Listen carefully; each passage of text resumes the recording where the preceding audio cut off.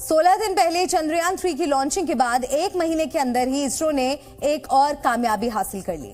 इस बार हमने एक साथ 7 सैटेलाइट्स लॉन्च की। हालांकि इसरो के लिए ये कोई नई बात नहीं है, इससे पहले भी हमने ऐसी कई सैटेलाइट्स एक साथ लॉन्च की हैं। जिस तरह से इसरो आगे बढ़ रहा है उसे देखकर लगता है कि इसरो ही अब अंतरिक्ष का नया बॉस बनने वाला है। 4, 3, 2, 1, 0।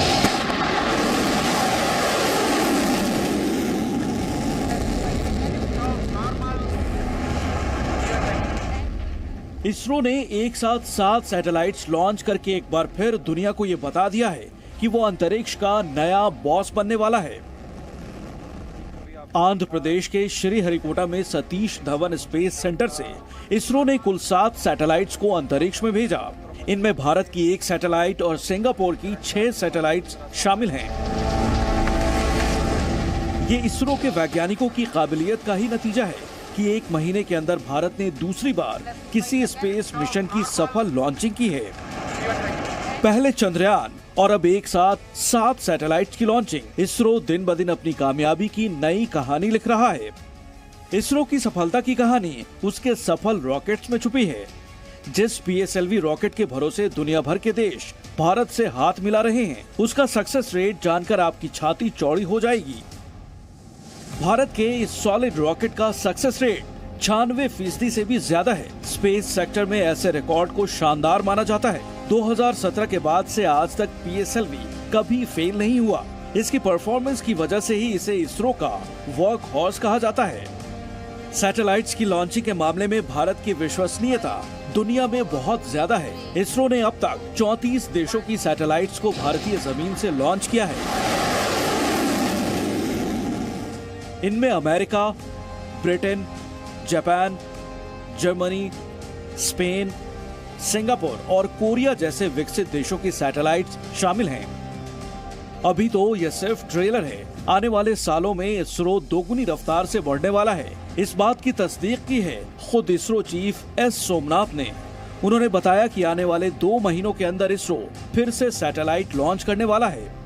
We want to specifically tell you that we are going to come back with another PSLV mission soon in the month of August or September, early September. So until then, let me thank you for एक साथ 7 satellites launch करने से पहले हमने इसी महीने अपने चंद्रयान को भी अंतरिक्ष में भेजा है। 14 अगस्त को लॉन्चिंग के बाद इस वक्त चंद्रयान 3 पृथ्वी की 5वीं कक्षा में मौजूद है।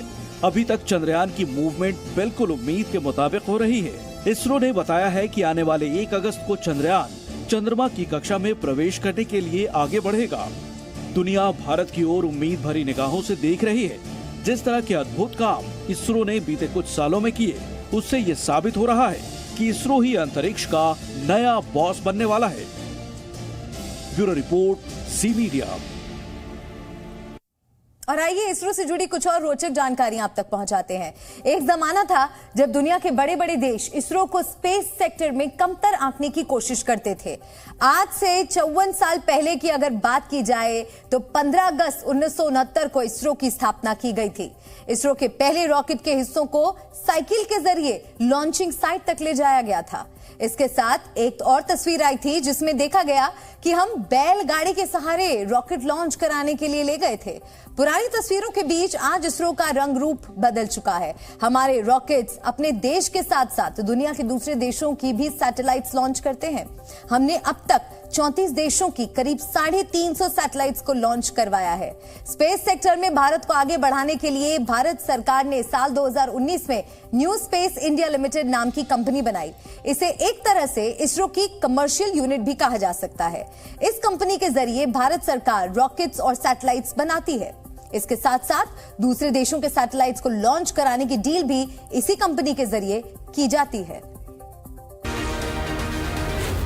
Z News.